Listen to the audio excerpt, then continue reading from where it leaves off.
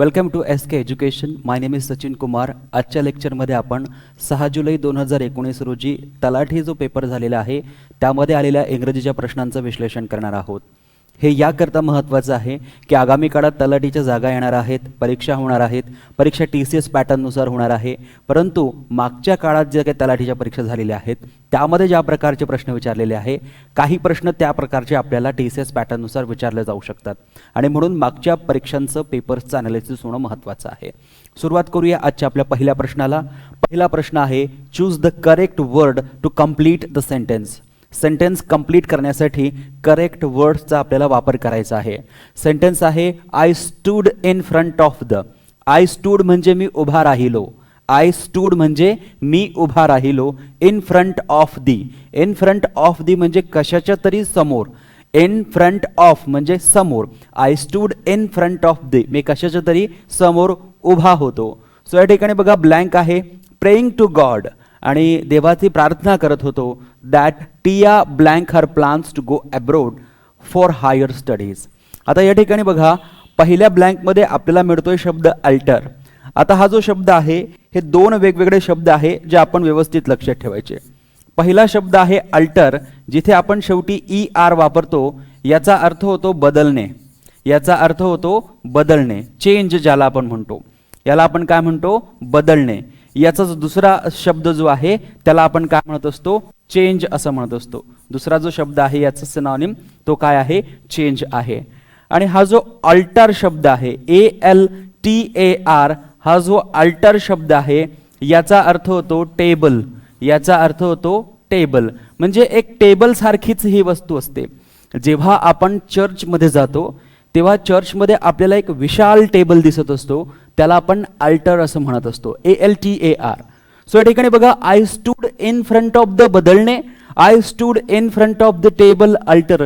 कोणता शब्द व्यवस्थित होईल? तर या ठिकाणी ALTAR हा शब्द प्रॉपरली फिट होईल. म्हणून ER वाला अल्टर या ठिकाणी चुकीचा होईल. ALTAR बरोबर होईल. ALTAR बरोबर होईल, परंतु ALTER मात्र चुकीचं होईल. सो बघा, I stood in front of the altar, मी त्या अल्टरच्या समोर उभा राहिलो. प्रेइंग टू गॉड, आणि परमेश्वराला प्रार्थना करतोय.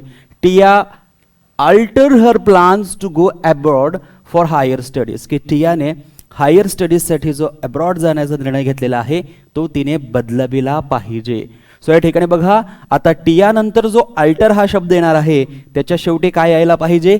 ER यायला पाहिजे. सो बघा, पहिले तर अल्टर AR असेल, मग दुसरा जो अल्टर असेल तो ER पाहिजे. इथे AR आहे म्हणजे हे चुकीचं होणार. So option B cancel.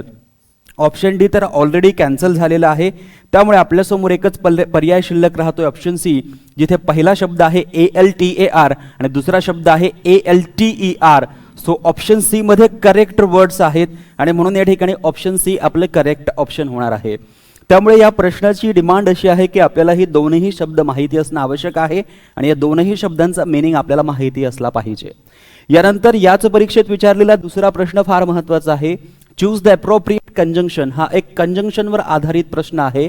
For the given sentence, एक सेंटेन्स दिलेला आहे, त्या सेंटेन्समध्ये आपण बघू शकतो दोन ब्लँक्स आहेत. ऑप्शन्समध्येही आपल्याला दोन कंजंक्शन्स दिलेले आहेत. आपल्याला अप्रोप्रिएट कंजंक्शन्सचा वापर करायचा आहे. पहिला शब्द आहे ओनली, आणि ओनली या शब्दानंतर ब्लँक दिलेला आहे. तर आपण बघू शकतो की ओनली या शब्दानंतर ब्लँक आहे, मग पुढे वी वॉन्ट असं लिहिलेलं आहे.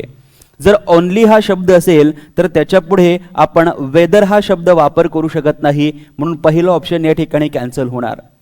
आणि ओनली हा शब्द जर सुरुवात करत असेल तर त्यानंतर लगेचच आपल्याला बट हा शब्द देखील घेता येत नाही, म्हणजे हे देखील कॅन्सल होणार. त्यानंतर ऑप्शन C मध्ये बघा, ओनली नंतर इफ हा शब्द आपल्याला घेता येतो, म्हणजे आपण म्हणू शकतो की ऑप्शन C जे आहे हे ऑप्शन C बरोबर आहे. आणि त्यानंतर ओनली नंतर आपण सिन्स या शब्दाचा वापर करू शकत नाही, म्हणून ऑप्शन D या ठिकाणी कॅन्सल. मग अशा पद्धतीने आपण बघू शकतो की ऑप्शन C जे आहे हेच आपलं करेक्ट ऑप्शन या ठिकाणी आहे. सो ओनली नंतर या ठिकाणी आपल्याला इफ हा शब्द लिहावा लागणार. ओनली इफ वी वॉन्ट, जर आपल्याला लागत असेल किंवा जर आपल्याला हवं असेल. We can do a lot of things, we can do a lot of things, आणि या ठिकाणी पुन्हा एकदा ब्लँक आहे. तर या ठिकाणी बघा बिफोर हा शब्द प्रॉपर होणार. We can do a lot of things before time. जर आपल्याकडे वेळ असेल तर बऱ्याच गोष्टी आपण वेळेच्या आत जे आहे ते करू शकतो. तर अशा पद्धतीने दुसरा प्रश्न जो आहे त्याचं ऑप्शनही सी हेच आहे, उत्तर सी आहे.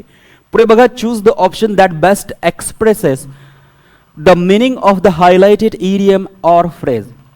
इडियम आणि फ्रेजेस मधला प्रश्न विचारलेला आहे. बघा, I have a blind spot, I have a blind spot, आणि या ठिकाणी ब्लाइंड स्पॉटला या ठिकाणी अंडरलाईन करण्यात आलेला आहे. आणि पुढे म्हटलेलं आहे where computers are concern, where computers are concern. म्हणजे बघा, ज्या ज्या ठिकाणी कम्प्युटर संबंधी एखादी गोष्ट येते, ज्या संबंधी जेव्हा जेव्हा कम्प्युटर संबंधी एखादी गोष्ट येते, मला त्याच्याबद्दल डिफिकल्टी होते. एखादी गोष्ट समजण्यामध्ये जेव्हा आपल्याला डिफिकल्टी होते किंवा एखाद्या गोष्टीतलं ज्ञान आपलं जेव्हा कमी असतो, तेव्हा आपण म्हणू शकतो दिस इज माय ब्लाइंड स्पॉट. जर आपली म्हणजे आपण जर वीक असणार इंग्रजीमध्ये तर आपण म्हणू शकतो English is my blind spot.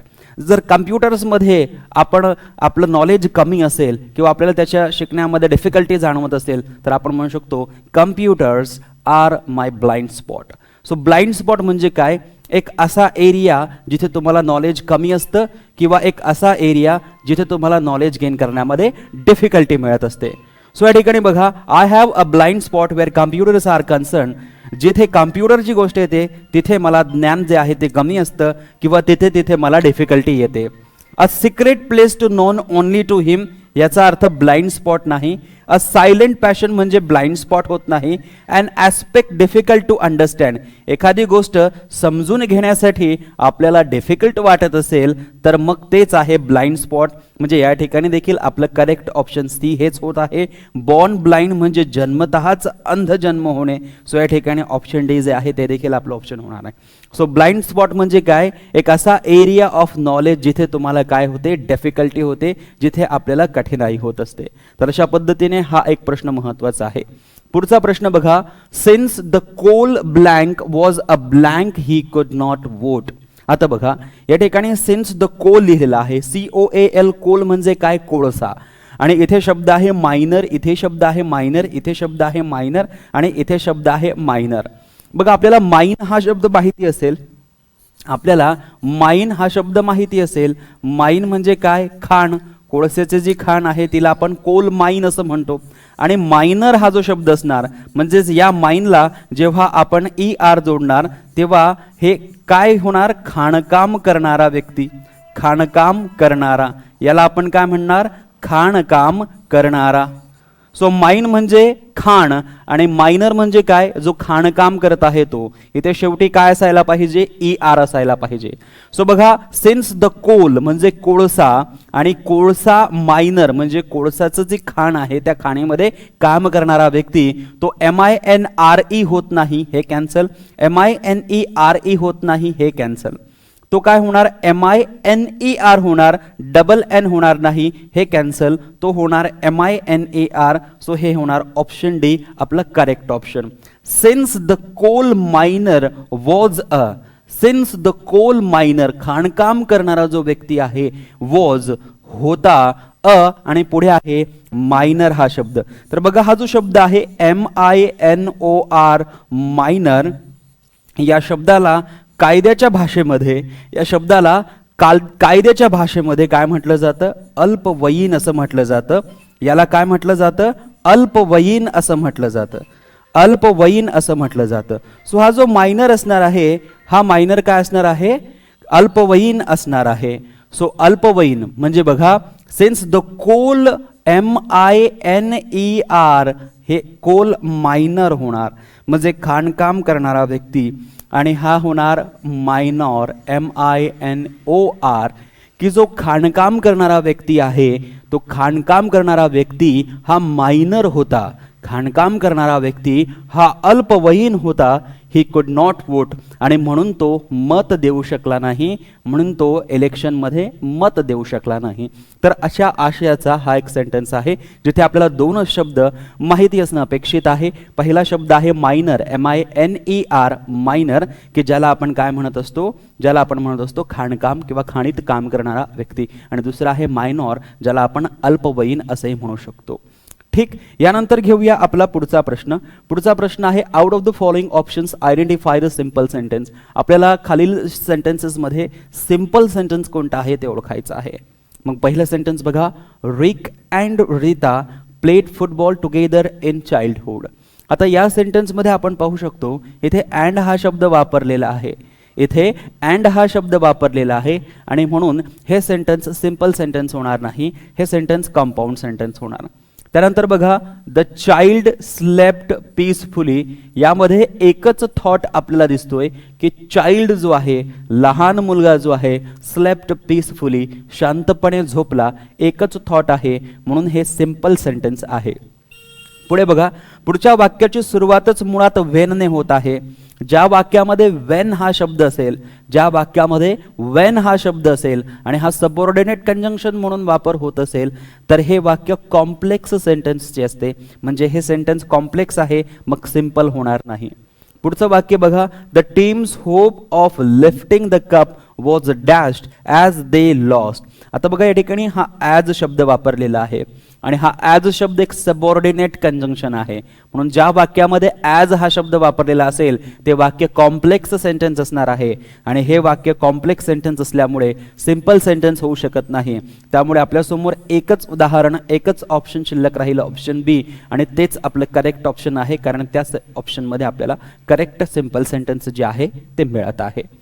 यानंतर बघा पुढचा प्रश्न. पुढचा प्रश्न आहे choose the option that transforms the given sentence as directed. आता बघा, Jawaharlal Nehru was the first prime minister of India आणि दुसरं सेंटेन्स आहे he was a great writer आणि इथे म्हटलेलं आहे combine the two sentences into one sentence. आता ही जी दोन सेंटेन्स आहे, पहिलं सेंटेन्स आणि हे दुसरं सेंटेन्स. पहिलं सेंटेन्स आहे Jawaharlal Nehru was the first prime minister of India आणि दुसरं सेंटेन्स आहे he was a great writer. So या दोन्ही सेंटेन्सेसला आपल्याला कंबाईन करायचं आहे, जॉईन करायचं आहे. वन बाय वन एक एक सेंटेन्स आपण या ठिकाणी रीड करूया. पहिलं सेंटेन्स आहे Jawaharlal Nehru was the first prime minister of India who was a great writer. बघा या ठिकाणी म्हटलेलं आहे Jawaharlal Nehru was the first prime minister of India who was a great writer.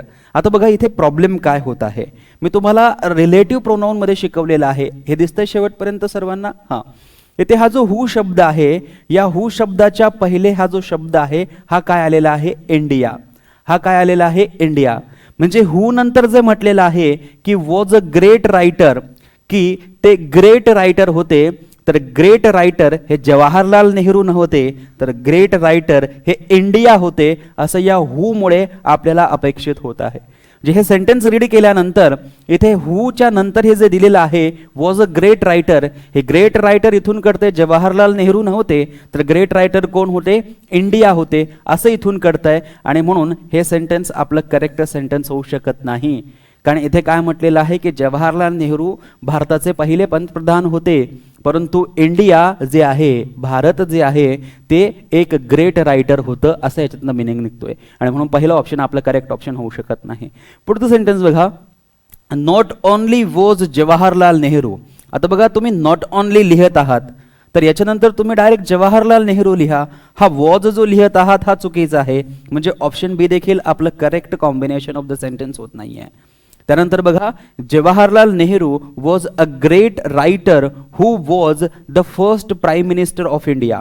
आता इथे बघा बरोबर आहे, Jawaharlal Nehru was a great writer, परंतु इथे हा जो हू शब्द आहे, या हू शब्दानंतर जे काही लिहिलेलं असणार आहे ते हू शब्दाच्या आधी जो शब्द आहे त्याच्याबद्दलची माहिती असेल. सो हा जो रायटर आहे, हा रायटर कोण आहे, first prime minister of India आहे. रायटर कोण आहे, first prime minister of India आहे. त्यामुळे हे सेंटेन्स देखील आपल्याला प्रॉपर मिनिंग देत नाहीये, ग्रामरचे रूल प्रॉपर फॉलो करत नाहीये. आता पुढचं सेंटेन्स बघा, Jawaharlal Nehru the prime minister of India. हे बरोबर आहे की आधी त्यांचं नाव आहे आणि त्याच्यानंतर the prime minister of India, म्हणजे जवाहरलाल नेहरू की जे द प्राईम मिनिस्टर आहेत भारताचे पहिले वॉज अ ग्रेट रायटर, हे तुम्हाला मी नाऊन या चॅप्टरमध्ये अपोजिटिव्ह नाऊनमध्ये शिकवलेलं आहे की कशा प्रकारे एक सेंटेन्स जे आहे ते आपण अपोजिटिव्ह नाऊन थ्रू फॉर्म करू शकतो. सो बघा या ठिकाणी जवाहरलाल नेहरू नंतर the first prime minister of India, आणि याच्या आधीही कॉमा लागतो, याच्या नंतरही कॉमा लागतो. हे मी तुम्हाला पंक्च्युएशन या चॅप्टरमध्ये देखील शिकवलेलं आहे. त्यानंतर पुढे बघा वॉज अ ग्रेट रायटर, की ते एक महान लेखक होते. म्हणून ऑप्शन डी जे आहे हे ऑप्शन डी आपल्यासाठी करेक्ट ऑप्शन असणार आहे. क्लिअर आहे. सो दोन सेंटेन्सेसला जॉईन करत असताना आपल्याला दोन महत्त्वपूर्ण गोष्टी बघायच्या आहेत. एक, सेंटेन्स ग्रामॅटिकल करेक्ट असलं पाहिजे, आणि दोन, सेंटेन्स मिनिंगफुली देखील करेक्ट असणं आवश्यक आहे. यानंतर बघा पुढचा प्रश्न आहे choose the appropriate article for the given sentence. आर्टिकलचे प्रश्न सर्वात सोपे असतात, त्यामुळे सर्वजण याला चांगल्या प्रकारे अटेम्प्ट करू शकतात. टेलिव्हिजन, जो आपल्याकडे दूरदर्शन, टेलिव्हिजन म्हणजे जो काही टेलिव्हिजन आहे तो. निक नेम, त्याचं नाव जे आहे ॲज इडियट बॉक्स. आता बघा या ठिकाणी इडियट आहे, आय आहे, आयचा उच्चार होतो ई, आयचा उच्चार कसा होत असतो, ई होत असतो, आणि म्हणून या ठिकाणी आपल्याला कोणता आर्टिकल यूज करावं लागणार, ॲन इडियट बॉक्स. ॲन हे आर्टिकल यूज करावं लागणार. पहिल्या ऑप्शनमध्ये ए आहे, कॅन्सल. दुसऱ्या ऑप्शनमध्ये द आहे, कॅन्सल. तिसऱ्या ऑप्शनमध्ये ॲन आहे, बरोबर. चौथ्या ऑप्शनमध्ये ए आहे, कॅन्सल. म्हणजे ऑप्शन सी हेच आपलं करेक्ट ऑप्शन होणार. सो बघा, television nick named as an idiot box by the American is one of the. आता इथे बघ मोस्ट रिव्हॉल्युशनरी काय आहे, सुपरलेटिव्ह डिग्री. सुपरलेटिव्ह डिग्री असेल तर आपल्याला आर्टिकल द चा वापर करावा लागतो. पुढे आर्टिकल द आहे का, आहे, ऑप्शन सी मध्ये आहे. त्यानंतर बघा 20th, हे ज्या प्रकारे 20th आहे हे एक ऑर्डिनल ॲडजेक्टिव्ह आहे, आणि ऑर्डिनल ॲडजेक्टिव्ह असेल तर आपण त्याच्या आधी आर्टिकल द वापरतो. हे मी सर्व तुम्हाला ऑलरेडी आपल्या कोर्समध्ये सांगितलेलं आहे. त्यामुळे इथे देखील आर्टिकल द येणार. बघा इथे आर्टिकल द आहे, आणि म्हणून ऑप्शन सी आपलं या प्रश्नाचं करेक्ट उत्तर आहे.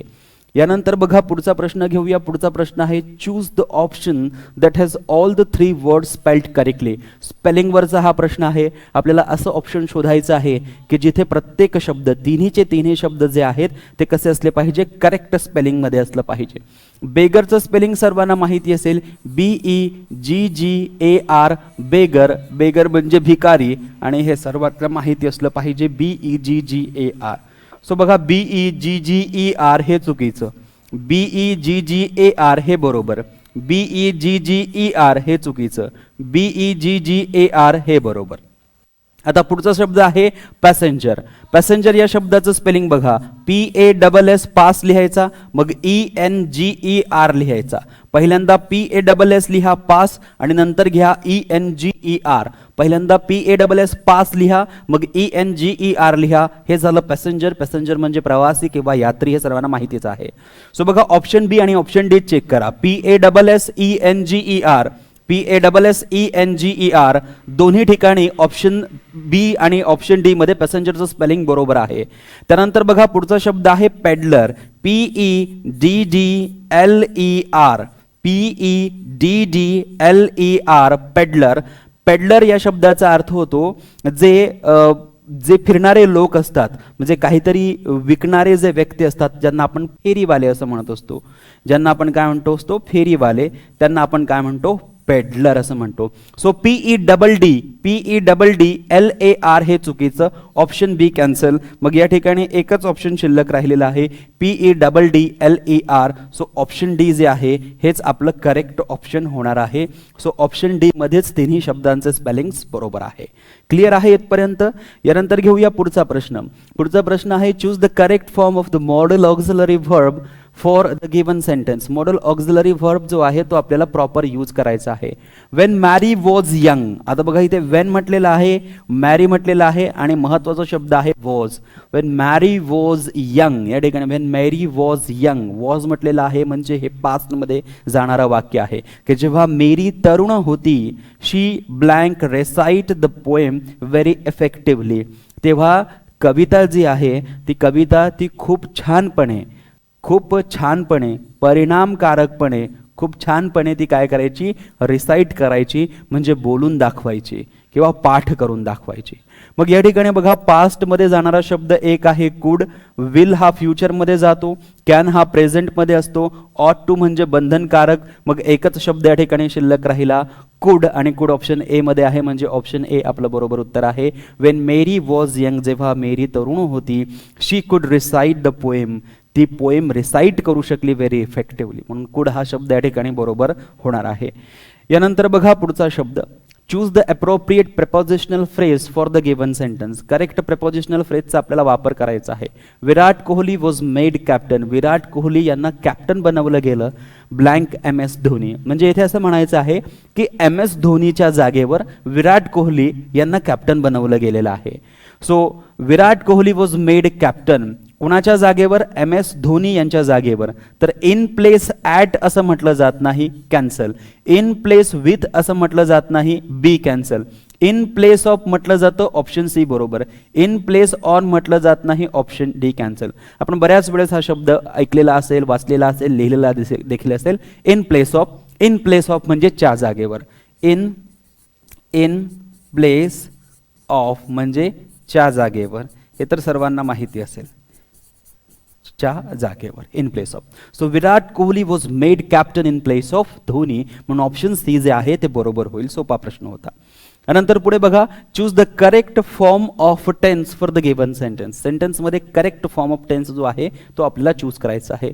वन मॉर्निंग, एके सकाळी. द इनमेट्स, इनमेट्स म्हणजे जेलमध्ये असणारे लोक, प्रिझनर्स कैदी. Of the prison, of the prison म्हणजे काय, जेलमध्ये, प्रिझनमध्ये, तुरुंगात असणारे जे इनमेट्स आहेत, जे लोक आहेत, जे कैदी आहेत. Blank that they would no longer prison food. आता बघा या ठिकाणी वुड हा शब्द वापरलेला आहे. आपल्या सर्वांना माहिती आहे की जर वुड हा शब्द असेल, जर वुड हा शब्द असेल तर आपण कशाचा वापर करत असतो, तर आपण V1 चा वापर करत असतो. तर आपण कशाचा वापर करतो, व्हर्बच्या फर्स्ट फॉर्मचा वापर करतो. मग इथे बघा वुड नंतर नो आहे, लॉंगर आहे, म्हणजे या ब्लँकमध्ये आपल्याला V1 लागेल. म्हणजे सेकंड ब्लँक जे आहे त्या सेकंड ब्लँकमध्ये V1 असला पाहिजे. मग बघा सेकंड ब्लँकमध्ये इट V1 बरोबर आहे म्हणजे ऑप्शन ए होऊ शकतं. त्यानंतर इथे देखील इट V1 आहे, बरोबर होऊ शकतं. इथे इट ING फॉर्ममध्ये आहे जो V1 पाहिजे म्हणून ऑप्शन सी कॅन्सल. इथे इट ING फॉर्ममध्ये आहे म्हणून हे देखील कॅन्सल. मग केवळ ए किंवा बी हेच आपलं ऑप्शन होऊ शकतं. मग यानंतर बघा, one morning the inmates of the prison that. आता या ठिकाणी दॅट हा शब्द आहे आणि दॅट या शब्दाच्या आधी ING वाला शब्द आपण घेत नाही. दॅट या शब्दाच्या आधी ING वाला शब्द आपण घेत नाही आणि म्हणून आर अनाउन्सिंग जे आहे हे या ठिकाणी कॅन्सल होईल. मग एकच ऑप्शन शिल्लक राहिलं, ऑप्शन बी. आणि या ठिकाणी बघा एके सकाळी असं म्हटलेलं आहे म्हणजे ही घटना पास्टची आहे. म्हणून one morning the inmates of the prison announced that, त्यांनी घोषणा केली that they would no longer, आता याच्या पुढे ते कधीही प्रिझन फूड म्हणजे तुरुंगातील जे जेवण आहे ते जेवण करणार नाही, तिथे ते खाणार नाही. सो अशा पद्धतीने या ठिकाणी आपल्याला हे जे टेन्स आहे तो टेन्सचा फॉर्म करेक्टली विचारलेला होता. यानंतर जाऊया पुढच्या प्रश्नाकडे. पुढचा प्रश्न आहे, blank are the books which were donated by people. आता बघा या ठिकाणी आर हा शब्द दिलेला आहे. आर हा शब्द असल्या कारणाने ब्लँक मध्ये येणारा शब्द, इथे रिकाम्या जागेवर येणारा शब्द हा प्लुरल असला पाहिजे. मग बघा दिस हे सिंग्युलर आहे, option A cancel. That singular आहे, ऑप्शन बी कॅन्सल. एकतर दीज येणार किंवा विच येणार. So these are the books, हे तीच पुस्तकं आहे which were donated by the people, की हेच ते पुस्तक आहेत, हेच ती बुक्स आहेत की जी लोकांद्वारा डोनेट केली गेली होती. आणि इथे आहे which are the books which were donated by the people. So दोन वेळेस विच येणं चुकीचं वाटतंय आणि म्हणून या ठिकाणी एकच ऑप्शन शिल्लक राहिलं, ऑप्शन सी. म्हणून या ठिकाणी दीज हाच शब्द बरोबर होणार. These are the books which were donated by the people. तर या पद्धतीने हे ऑप्शन बरोबर होणार आहे. पुढे बघा, Sarath blank cricket for the past 2 hours. आता कालच मी तुम्हाला सेंटेन्स इम्प्रूव्हमेंटमध्ये सांगितलं की जेव्हा आपल्या वाक्यामध्ये सिन्स सोबत एखादा टाइम वर्ड असेल किंवा फॉर सोबत एखादा टाइम वर्ड असेल, या ठिकाणी बघा फॉर सोबत द पास्ट 2 hours हा टाइम दाखवणारा फ्रेज किंवा वर्ड आहे. तर मग आपलं जे वाक्य असणार आहे हे आपलं वाक्य कोणतं असणार आहे, प्रेझेंट. हे वाक्य कोणतं असणार आहे, present perfect continuous tense. Present perfect continuous tense. Present perfect continuous tense म्हणजे काय, जिथे आपण काय यूज करत असतो, जिथे आपण यूज करत असतो सब्जेक्ट नंतर एकतर सब्जेक्ट नुसार हॅव किंवा हॅज आणि मग बीन आणि मग ING. तर मग या सारथ नंतर आपल्याला हॅज बीन वापरावं लागणार. सो इथे बघा प्लेइंग आहे, ऑप्शन ए कॅन्सल. इथे हॅज बीन आहे, ऑप्शन बी बरोबर. इथे फक्त हॅज आहे, हॅज बीन नाही. इथे हॅव चुकीचं आहे. सो केवळ ऑप्शन बी जे आहे ते बरोबर आहे की Sharath has been playing cricket for the past 2 hours. मागच्या 2 तासापासून शारथ जो आहे तो क्रिकेट खेळत आलेला आहे. या पद्धतीने ऑप्शन बी जे आहे ते करेक्ट होणार आहे. यानंतर घेऊया पुढचा प्रश्न आहे choose the correct form of adjective. एडजेक्टिव्हचा करेक्ट फॉर्म आपल्याला विचारायला सांगितलेला आहे. Water is blank tea or any other liquid for all living beings. सर्व लिव्हिंग बिंगसाठी, सर्व सजीवांसाठी वॉटर हे सर्वात महत्त्वाचं लिक्विड आहे. वॉटर हे सर्वात महत्त्वाचं लिक्विड आहे. कशापेक्षा? चहा, कॉफी किंवा इतर जे काही लिक्विड आहे त्यापेक्षा. म्हणजे या ठिकाणी वॉटरची कंपॅरिझन इतर लिक्विड जे पदार्थ आहेत त्यांच्यासोबत केलेली आहे. आणि जर कंपॅरिझन केलेली आहे तर इथे कंपॅरेटिव्ह डिग्री आणि दॅन हा शब्द येणार आहे. सो या ठिकाणी ऑलरेडी आपल्याला any other liquid for all living बिंग्स, मग बघा दॅन शब्द आपल्याला ऑप्शनमध्ये मिळतोय. इथे बघा दॅन आहे, इथेही दॅन आहे, परंतु इथे कुठेही दॅन नाही, म्हणून option C, option D cancel झालं. आता बघा ऑप्शन ए आणि ऑप्शन बी या ठिकाणी प्रेशियसच्या आधी मोर हा शब्द वापरलेला आहे. प्रेशियस हे एक पॉझिटिव्ह डिग्री आहे आणि प्रेशियसला कंपॅरेटिव्ह डिग्री करण्यासाठी मोर प्रेशियसचा वापर करावा लागतो. आणि म्हणून या ठिकाणी प्रेशियसला कंपॅरेटिव्ह करण्यासाठी मोरचा वापर अगदी बरोबर आहे, म्हणून ऑप्शन ए बरोबर आहे. आणि दुसरं जर आपण ऑप्शन पाहिलं तर या ठिकाणी प्रेशियस हा शब्द आहे हा पॉझिटिव्ह डिग्री आहे, परंतु वाक्य कंपॅरिझन असल्यामुळे ऑप्शन बी आपलं उत्तर होणार नाही. ऑप्शन बी प्रेशियस आपल्याला घेता येणार नाही आणि म्हणून ऑप्शन ए जे आहे तेच आपलं करेक्ट ऑप्शन होईल की water is more precious. Water is more precious. Water हे मोर प्रेशियस आहेत, मूल्यवान आहे, अधिक मूल्यवान आहे. कशापेक्षा? चहापेक्षा और एनी अदर लिक्विड, और दुसरे एखादं जे लिक्विड पदार्थ असेल त्यापेक्षा, फॉर ऑल लिव्हिंग बिंग्स, सर्व सजीवांसाठी. यानंतर घेऊया आपला आजचा पुढचा प्रश्न. An amazing biological clock. आता हे जे क्लॉक आहे हे आपल्या भिंतीवरचं घड्याळ नाहीये, हे बायोलॉजिकल क्लॉक आहे. आपण ज्याप्रमाणे मानवी जीवन आपण जगत असतो तर आपलं एक बायोलॉजिकल क्लॉक फिक्स असतं. एका बायोलॉजिकल क्लॉकनुसार आपण स्टडी करत असतो, एका बायोलॉजिकल क्लॉकनुसार आपण झोपत असतो, एका बायोलॉजिकल क्लॉकनुसार आपण जागत असतो. प्रत्येकाची झोपण्याची जी वेळ आहे ती वेगवेगळी असते, प्रत्येकाची काम करण्याची वेळ जी आहे ती वेगवेगळी असते. कुणाला दिवसा काम करायला आवडतं तर कुणाला रात्री काम करायला आवडतं. सो प्रत्येकाचा टाइम झोन वेगवेगळा असतो. तर हे जे आहे हे आपलं बायोलॉजिकल क्लॉक आहे, आपल्या शरीरात असतं. म्हणजे आपल्याला त्या प्रकारची जी संप्रेरक आहे किंवा त्या प्रकारचं जे इंट्युएशन आहे ते आपल्याला येत असतं. So an amazing biological clock blank us regulates our sleeping pattern. तर इथे म्हटलेलं आहे की आपलं जे बायोलॉजिकल क्लॉक आहे की जे खूप अमेझिंग आहे, खूप जबरदस्त आहे, रेग्युलेट्स अस, ते आपल्याला रेग्युलेट करतं. काय रेग्युलेट करतं? तर आपलं स्लीपिंग पॅटर्न्स रेग्युलेट करतं. आपलं जे झोपेचं पॅटर्न आहे त्याला ते रेग्युलेट करत असतं. बघ हे amazing biological clock for us म्हणता येईल का? नाही. फ्रॉम अस म्हणता येईल का? नाही. इनटू अस म्हणता येईल का? नाही. विदिन अस, आपल्यामध्ये आहे, आपल्या शरीरात आहे. ॲक्च्युली हा ऑर्गन नाही आहे, परंतु हे आतून येणाऱ्या सर्व भावना आहेत. So an amazing biological clock within us, की जे आपल्यामध्ये आहे, रेग्युलेट्स आर स्लीपिंग पॅटर्न, आपलं स्लीपिंग पॅटर्न रेग्युलेट करत असतं. आणि म्हणून या ठिकाणी ऑप्शन डी जे आहे विदिन बरोबर आहे. यानंतर पुढचा प्रश्न बघा, चूज अप्रोप्रिएट आर्टिकल. पुन्हा एकदा आर्टिकलचा प्रश्न विचारलेला आहे. My brother told me amazing story. आता या प्रश्नाचं उत्तर मागच्या प्रश्नामध्येच आहे. इथे बघा अमेझिंग बायोलॉजिकल क्लॉकच्या आधी काय वापरलेलं आहे? ॲन वापरलेलं आहे. आणि इथे बघा काय म्हटलेलं आहे की अमेझिंग स्टोरीच्या आधी काय येणार? तर इथे सर्वांनाच माहिती आहे की इथे आता काय येणार? ॲन येणार. सो बघा पहिल्या ऑप्शनमध्ये द आहे हे चुकीचं, दुसऱ्या ऑप्शनमध्ये ॲन आहे हे बरोबर, तिसऱ्या ऑप्शनमध्ये ॲन आहे हे बरोबर, चौथ्या ऑप्शनमध्ये द आहे चुकीचं. एकतर बी उत्तर होईल किंवा सी उत्तर होईल. My brother told me an amazing story, माझ्या भावाने मला एक अमेझिंग स्टोरी सांगितली अबाउट वेलर. वेलर म्हणजे काय? शौर्य. वेलर म्हणजे काय? शौर्य. वेलर ऑफ पोरस, पोरस कोणी व्यक्ती असेल, and his battle with Alexander, and his battle आणि त्याचं युद्ध जे अलेक्झांडर सोबत झालेलं होतं ते. मग आता बघा इथे वेलर ऑफ पोरस म्हटलेलं आहे. सो पोरसचं काय आहे? शौर्य. सो या ठिकाणी जे शौर्य आहे ते कॉमन शौर्य नसून ते कुणाचं शौर्य आहे? ते पोरसचं शौर्य आहे. आणि म्हणून याला आपल्याला काय यूज करावं लागेल? आर्टिकल द यूज करावं लागेल, कारण हे आता डेफिनेट झालेलं आहे. त्यामुळे ॲन नंतर द, इथे ॲन नंतर ए आहे म्हणून हे कॅन्सल, इथे ॲन नंतर द आहे म्हणून ऑप्शन सी जे आहे हे आपलं करेक्ट ऑप्शन होणार आहे. सो पहिल्या ब्लँकमध्ये ॲन येईल आणि दुसऱ्या ब्लँकमध्ये द येईल. याचं उत्तर सर्वांनाच आलेलं असेल. यानंतर बघा पुढचा प्रश्न, choose the option that best punctuates the given sentence. हे एक सेंटेन्स आहे, याला आपल्याला करेक्टली पंक्च्युएट करायचं, योग्य विरामचिन्हांचा वापर करून आपल्याला हे सेंटेन्स शोधायचं आहे. The basketball coach ordered the players. या ठिकाणी हा जो पार्ट आहे हा पूर्ण पार्ट जो आहे हा पूर्ण पार्ट आहे रिपोर्टिंग, आणि हा जो दुसरा पार्ट आहे stand up and form a line quickly, हा दुसरा पार्ट आहे रिपोर्टेड. म्हणजे पहिला जो रिपोर्टिंग पार्ट आहे त्या रिपोर्टिंग पार्ट नंतर कॉमा येणं आवश्यक आहे. म्हणजेच काय? प्लेयर्स या शब्दानंतर कॉमा येणं आवश्यक आहे.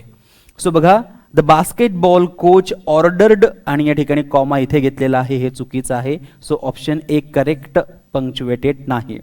The basketball coach ordered the players, बघा या ठिकाणी कॉमा आहे प्लेयर्स नंतर, अगदी बरोबर आहे. त्यानंतर जर आपण पाहिलं तर पुढे डबल इन्व्हर्टेड कॉमा येईल आणि हा जो एस आहे हा एस कॅपिटल होईल, परंतु इथे कॉमाही आहे, डबल इन्व्हर्टेड कॉमाही आहे, परंतु हा जो एस आहे हा एस कॅपिटल असायला पाहिजे, हा स्मॉल असायला नको. म्हणजे सेंटेन्स बी जे आहे हे सेंटेन्स बी चुकीचं आहे. त्यानंतर बघा, द बास्केटबॉल कोच ऑर्डर्ड, इथे ऑर्डर्ड नंतर डायरेक्टली डबल इन्व्हर्टेड कॉमा घेतलेला आहे की जो प्लेयर्स नंतर कॉमा घेऊन पाहिजे होता, परंतु हे देखील चुकीचं आहे. मग ए बी सी कॅन्सल झालं तर एकच ऑप्शन शिल्लक आहे, ऑप्शन डी, आणि तेच आपलं उत्तर आहे. परंतु तरी देखील आपण त्याला चेक करूया.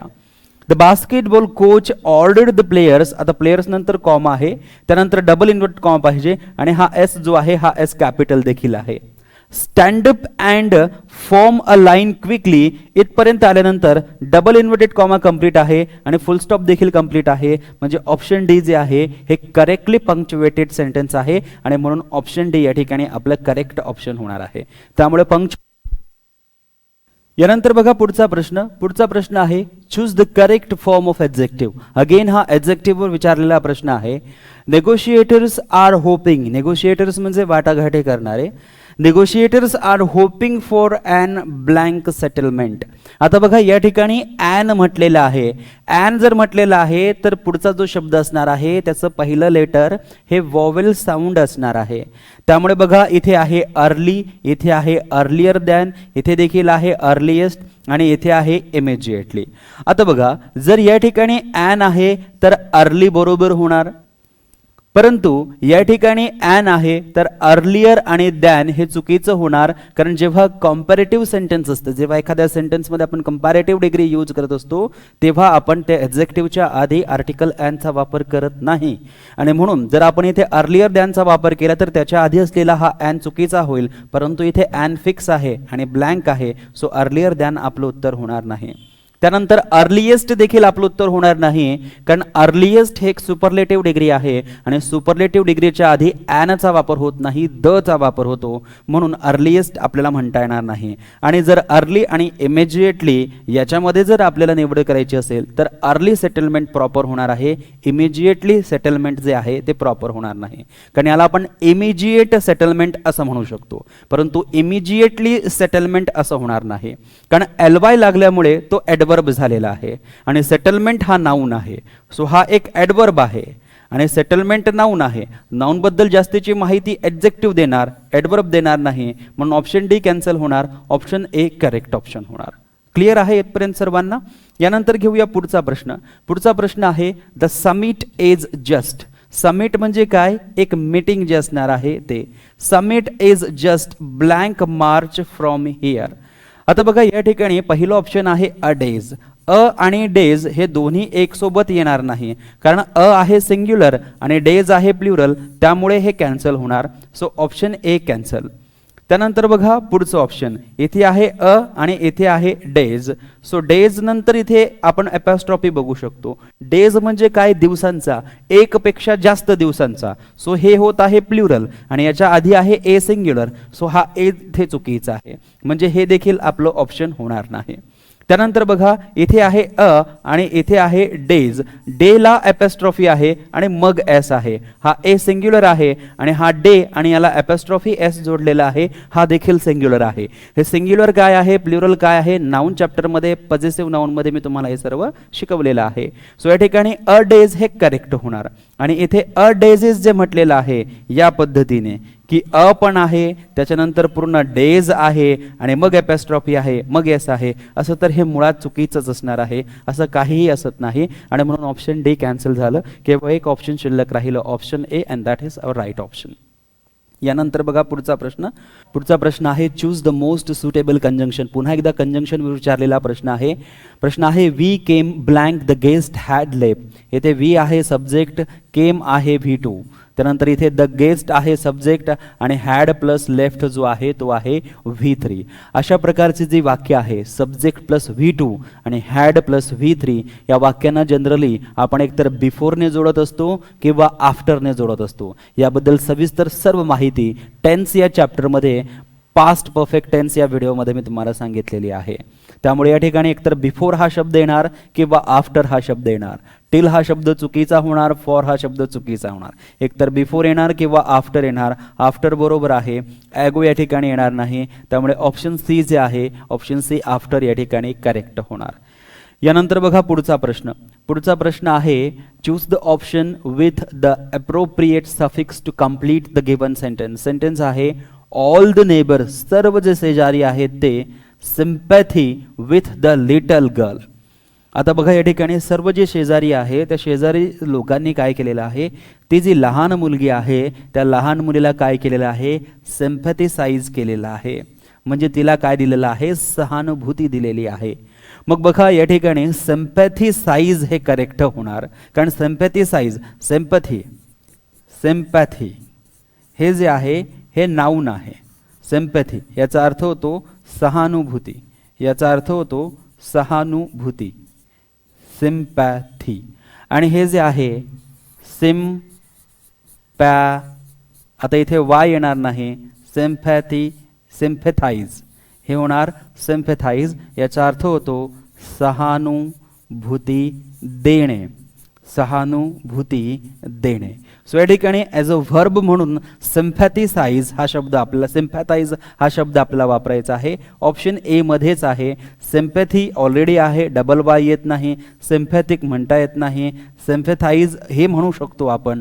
परंतु बघा who had lost her father, आता इथे हॅड लॉस्ट आहे, हे पण बरोबर आहे, हे पण बरोबर आहे, परंतु वाक्य बघा हॅड लॉस्ट हर फादर, म्हणजे हॅड लॉस्ट जर आपण पाहिलं तर हे पास्टमध्ये आहे. हे वाक्य जर पास्टमध्ये आहे तर ऑल द नेबर्स जे आहेत ते देखील पास्टमध्येच जातील, आणि पास्टमध्ये जातील तर हे IZE प्रेझेंटमध्ये घेत आहे, आणि म्हणून ऑप्शन ए सिम्पॅथाइज्ड जे आहे ते आपलं करेक्ट ऑप्शन होणार. म्हणजे ऑप्शन ए हे आपलं करेक्ट ऑप्शन होणार. यानंतर बघा पुढचा प्रश्न choose the correct verb. Correct verb आपल्याला यूज करायचा आहे. अ 3 BHK हाऊस, इथे बघा ए लिहिलेला आहे आणि इथे हाऊस लिहिलेला आहे, परंतु हे जे हाऊस आहे हे हाऊस कसं आहे, 3 BHK आहे, 3 BHK आहे. 3 BHK जरी असलं तरी हाऊस किती आहे, एकच आहे, आणि एक नुसारच मग आपल्याला काय यूज करावं लागणार आहे, या ठिकाणी सिंग्युलर व्हर्ब यूज करावा लागणार आहे. मग बघा अ 3 BHK हाऊस युजली, म्हणजे या ठिकाणी आपल्याला V1 चा वापर करावा लागणार, या ठिकाणी आपल्याला V1 चा वापर करावा लागणार. इज हा V1 आहे, आर देखील V1 आहे, हॅज देखील V1 आहे, हॅव देखील V1 आहे. मग आता बघा 3 bedrooms, hall and a kitchen too, म्हणजे एक जो 3 BHK हाऊस आहे त्याला त्याला काय काय आहे? 3 बेडरूम्स आहेत, एक हॉल आहे आणि एक किचन आहे. मग अशा परिस्थितीत आपल्याला काय घ्यावं लागतं? त्यालासाठी हॅज किंवा हॅव, परंतु एकच हाऊस असल्यामुळे आपल्याला हॅज घ्यावं लागेल. Is cancel, are cancel, C has बरोबर, डी हॅव घेता येणार नाही कारण हाऊसची संख्या मात्र एकच आहे.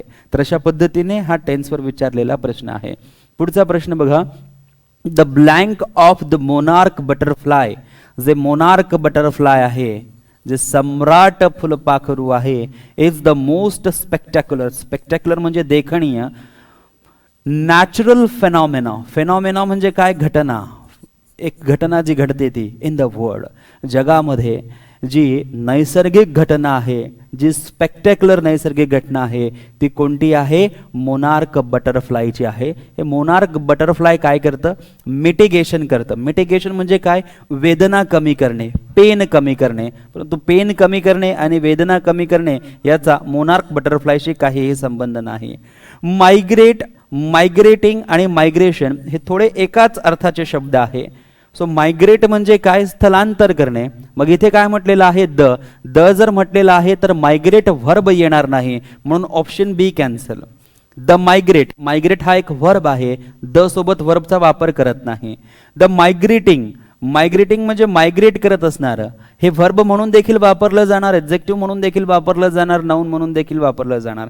आणि पुढे आहे मायग्रेशन, तर प्रॉपर शब्द इथे मायग्रेशनच होणार. The migration of the monarch butterfly, monarch butterfly जो आहे त्याचं जे स्थलांतरण आहे, ते स्थलांतरण हे मोस्ट स्पेक्टॅक्युलर जे आहे नॅचरल फेनॉमेना आहे इन वर्ल्ड, जगामध्ये. म्हणून या ठिकाणी मायग्रेटिंग एवढं बरोबर होणार नाही. ॲप्रोप्रिएटली म्हटलं तर मायग्रेशन बरोबर होईल, म्हणून the migration of the monarch butterfly बरोबर होईल. यानंतर बघा पुढचा sentence. Choose the option with appropriate suffix, हा सफिक्सवर विचारलेला प्रश्न आहे. The horror situation was further aggravated when the hero got trapped in quicksand. आता बघा, द हॉर सिच्युएशन कोणती तरी सिच्युएशन आहे, वॉज फर्दर पुढे काहीतरी झालेलं आहे, ॲग्रिवेट वेन जेव्हा द हिरो गॉट ट्रॅप्ड, जेव्हा हिरो ट्रॅप झाला, हिरो जो आहे तो फसलेला आहे इन क्विक सँड म्हणजे वाळूमध्ये फसलेला आहे. आता बघा HORR आहे आणि याच्या आधी आर्टिकल द आहे, म्हणजे हा जो HORR आहे आणि पुढे सिच्युएशन आहे, तर हा HORR एक ॲडजेक्टिव्ह असणार आहे.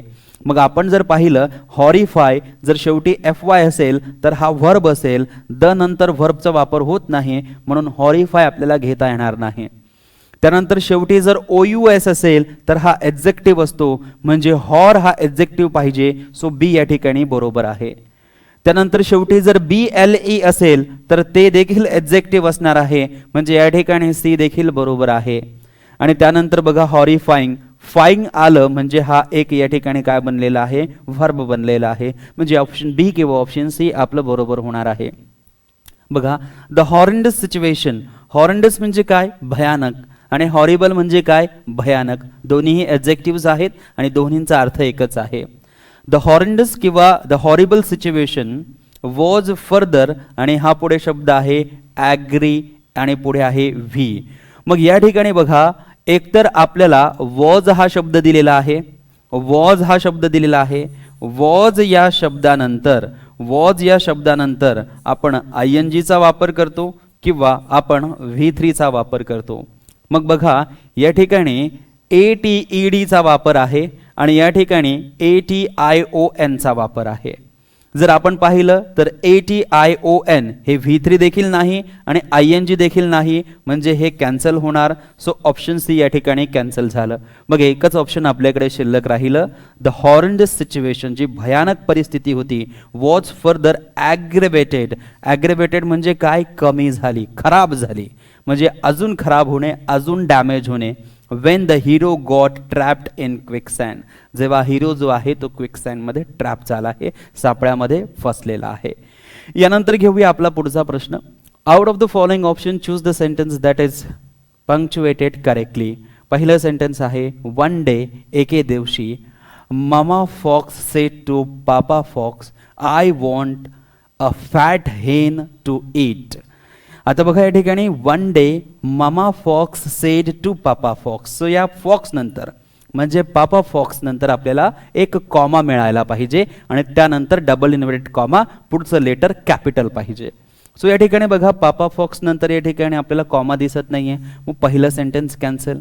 या ठिकाणी बघा पापा फॉक्स नंतर आपल्याला कॉमा दिसत नाहीये, म्हणजे हे सेंटेन्स बी कॅन्सल.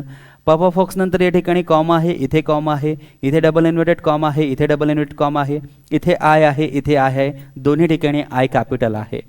मग बघा या ठिकाणी हा जो वॉन्ट आहे बरोबर आहे, इथे वॉन्ट बरोबर आहे, परंतु हा जो इथे कॉमा घेतलेला आहे हा अननेसेसरी आहे, अनावश्यक आहे, चुकीचा आहे आणि म्हणून ऑप्शन डी कॅन्सल होणार. एकच ऑप्शन शिल्लक राहिलं ऑप्शन सी आणि हेच आपलं ऑप्शन जे आहे ते करेक्ट आहे. तर अशा पद्धतीने या परीक्षेमध्ये आलेले सर्वचे सर्व 25 प्रश्न जे आहेत ते 25 प्रश्न आणि त्यांचे जे उत्तर आहेत, ऑप्शन्स आहेत, त्यांचे जे कन्सेप्ट्स आहेत, एक्सेप्शन्स आहेत, रूल्स आहेत, हे सर्व या ठिकाणी मी तुम्हाला सांगण्याचा प्रयत्न केलेला आहे. आणि अशाच प्रकारे काही प्रश्न जे आहेत ते आपल्याला TCS पॅटर्नच्या परीक्षेमध्ये देखील विचारले जाऊ शकतात. त्यामुळे TCS पॅटर्नचा अभ्यास करत असताना मागच्या काही प्रश्नपत्रिकांचा अभ्यास देखील होणं गरजेचं आहे. कारण प्रश्न जरी अशा प्रकारचे विचारले जातील किंवा काही प्रश्न जरी अशा प्रकारचे आपल्याला विचारले जातील तरी यामध्ये जो पॅटर्न आहे तो महत्त्वाचा आहे. यामध्ये प्रश्नांची जी लेवल आहे, प्रश्नांची जी पातळी आहे ती आपल्यासाठी समजून घेणं महत्त्वाचं आहे. कारण याच लेवलचे क्वेश्चन्स जे आहेत ते आपल्याला आगामी काळात होणाऱ्या तलाठी या परीक्षेमध्ये विचारले जातील. फक्त प्रश्नाचा पॅटर्न जो आहे तो मात्र बदललेला असेल. जिथे फिल इन द ब्लँकचे क्वेश्चन आहे तिथे आपल्याला सेंटेन्स इम्प्रूव्हमेंट किंवा एरर डिटेक्शनचे प्रश्न विचारले जातील. आणि ज्या ठिकाणी आपण बघतोय की पंक्च्युएशनचे क्वेश्चन्स आहेत ते जसेच तसे विचारले जातील, डायरेक्ट इनडायरेक्टचे स्पीचचे प्रश्न जसेच तसे विचारले जातील, ॲक्टिव्ह व्हॉइस पॅसिव्ह व्हॉइसचे प्रश्न जसेच तसे विचारले जातील. त्यामुळे हे फार महत्त्वाचे टॉपिक्स आहेत, हे सर्व महत्त्वाचं आहे. तर आजच्या सेशनमध्ये फक्त एवढंच. Thank you so much.